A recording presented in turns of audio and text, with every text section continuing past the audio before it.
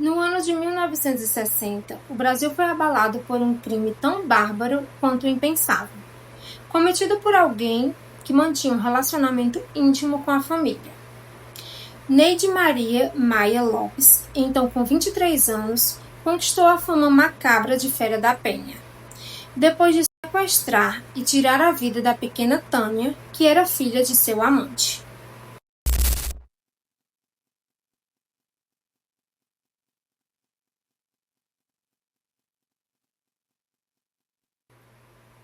Oi, gente, tudo bem com vocês? Eu espero que sim. Antes da gente iniciar o caso de hoje, eu queria convidar você que gosta desse tipo de conteúdo a se inscrever aqui no canal, a deixar o seu like e a deixar também sugestões de casos para os próximos vídeos. Queria convidar você também a vir assistir os outros casos aqui no canal. Eu tenho uma playlist com vários casos criminais. Então é isso, todos os recados dados, vamos ao caso de hoje. Neide Maria Maia Lopes nasceu em 17 de dezembro de 1938 no Rio de Janeiro. Ela era filha de Benjamin Lopes e Cândida Maia Lopes. Na infância, ela sofreu com a superproteção dos pais, que não a deixavam brincar com outras crianças. No início de sua adolescência, ela sofreu bullying por causa de sua aparência física.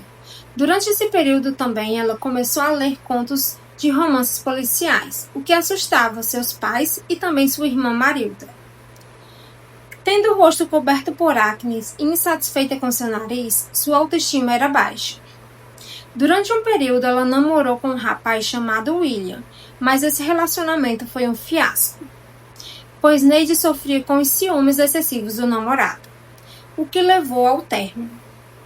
Pouco tempo depois, ela conhece Antônio Couto Araújo, natural de Conceição do Coiote, na Bahia, nascido em 3 de março de 1933.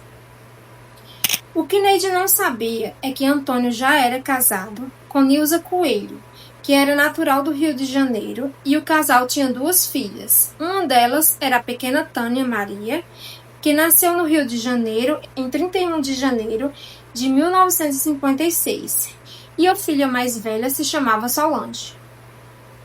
Neide trabalhava na empresa Ducal, no centro da cidade do Rio de Janeiro, e Antônio era funcionário da empresa Vale do São Francisco, no bairro de Fátima. No final do ano de 1959, Neide conheceu Antônio. Os dois trocaram alguns olhares até que ele a abordou. Com o tempo, eles começaram a conversar e iniciaram um caso amoroso. Durante cerca de 3 meses, se encontraram em diversos locais na cidade do Rio de Janeiro.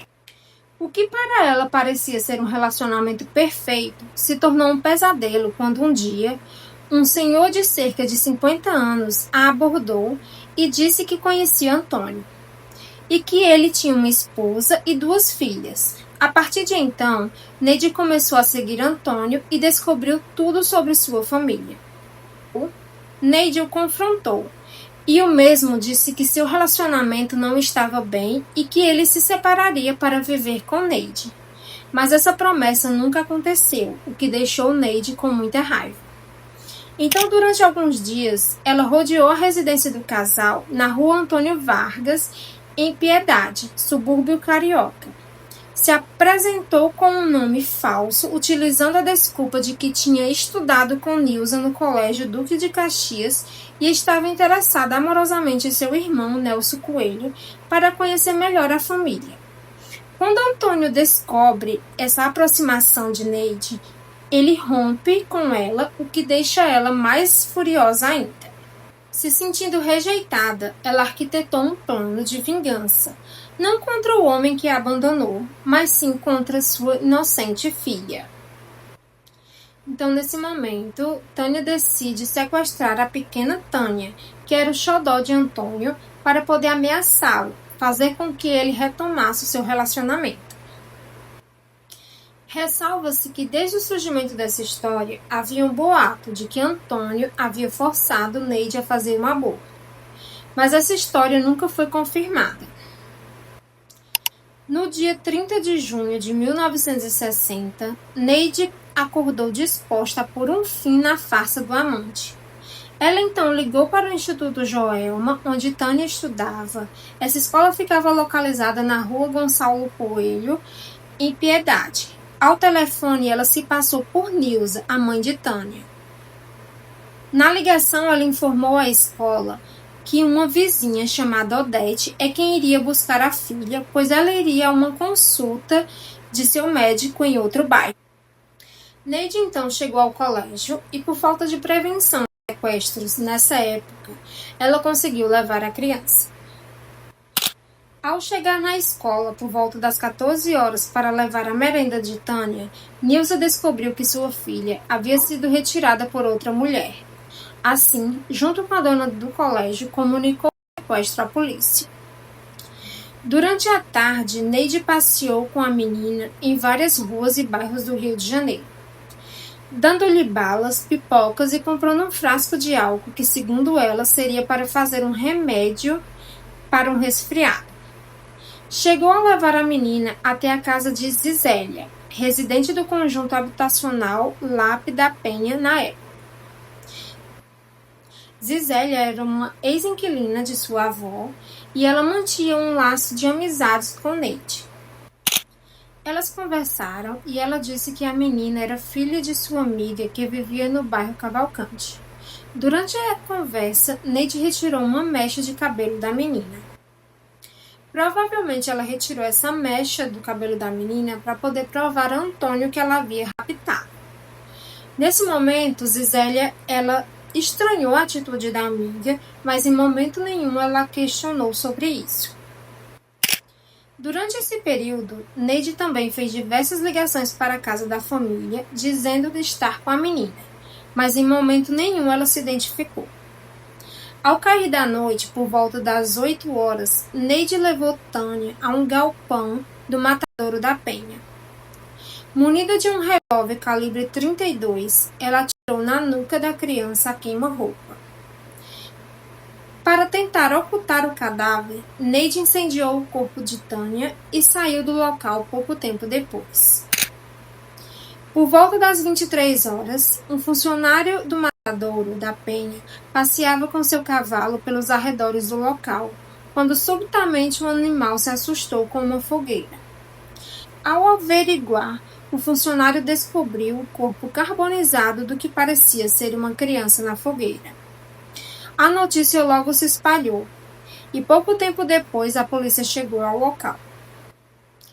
Infelizmente, o que Antônio e Nilza mais temiam se confirmou. O corpo carbonizado encontrado pela polícia se tratava do corpo da pequena Tânia. Durante investigações sobre o sequestro de sua filha, Antônio confessa à polícia que manteve um relacionamento extraconjugal com Neide durante 6 meses, o que leva a polícia a detê-la para averiguações. Pressionada, Neide a princípio nega o crime, mas pouco tempo depois ela confessa. O julgamento ocorreu entre 4 e 5 de outubro de 1963. Após 16 horas de sessão, o júri votou pela condenação de Neide, pelo sequestro e pelo homicídio. O juiz Bandeira Estampa, presidente do 2º Tribunal do Júri, proferiu a sentença de 33 anos de prisão. Nessa sentença de 33 anos, 30 anos de pena foi pelo homicídio e 3 anos foi pelo sequestro. Essa pena ela teria que cumprir em regime fechado. Por conta da pena ter ultrapassado mais de 20 anos, um segundo julgamento foi solicitado pelo advogado de defesa. Esse julgamento ele ocorreu entre 20 e 21 de abril de 1964, mas esse segundo julgamento apenas confirmou sua sentença. Mas, infelizmente, depois de cumprir 15 anos de prisão, sendo que sua pena já havia sido reduzida de indulto de 33 para 21 anos, Neide Maria Maia Lopes foi solta em 9 de outubro de 1975. Ela viveu durante todo o seu tempo restante com seus pais até eles morrerem. Durante esse período que ela viveu em liberdade na casa dos seus pais, ela mantinha hobbies comuns de uma senhora, como assistir programas de TV, ela saía de casa apenas para resolver pequenas coisas ou ir a consultas médicas. Durante todo esse período, ela viveu de forma totalmente reclusa, ela não falava sobre o caso. Os pais de Tânia permaneceram juntos após a tragédia. Nilza perdoou o marido e o casal teve mais 3 filhas. Tânia foi enterrada no cemitério de Inhaúma. Seu túmulo tornou-se ponto de peregrinação de fiéis de diferentes denominações religiosas, que associam a menina como benfeitora de muitos milagres. Janeide Maria Maia Lopes faleceu em 2 de maio de 2023 no Hospital Souza Aguiar, no Rio de Janeiro. A causa da morte foi um acidente vascular cerebral. Ela foi sepultada no dia seguinte no cemitério do Caju, na cidade do Rio de Janeiro. Então foi isso, gente. Esse foi o caso de hoje. Eu espero muito que vocês tenham gostado. Se vocês quiserem saber um pouco mais sobre esse caso, tem um filme de 2013, que é um filme brasileiro, se chama O Lobo Atrás da Porta. Ele retrata bem esse caso e ele está disponível em algumas plataformas digitais para locação. Se vocês também conhecerem mais alguma outra informação acerca do caso que eu não mencionei aqui no vídeo, deixa aqui nos comentários. Então, um grande beijo para vocês, espero muito que vocês tenham gostado e até o próximo vídeo. Tchau!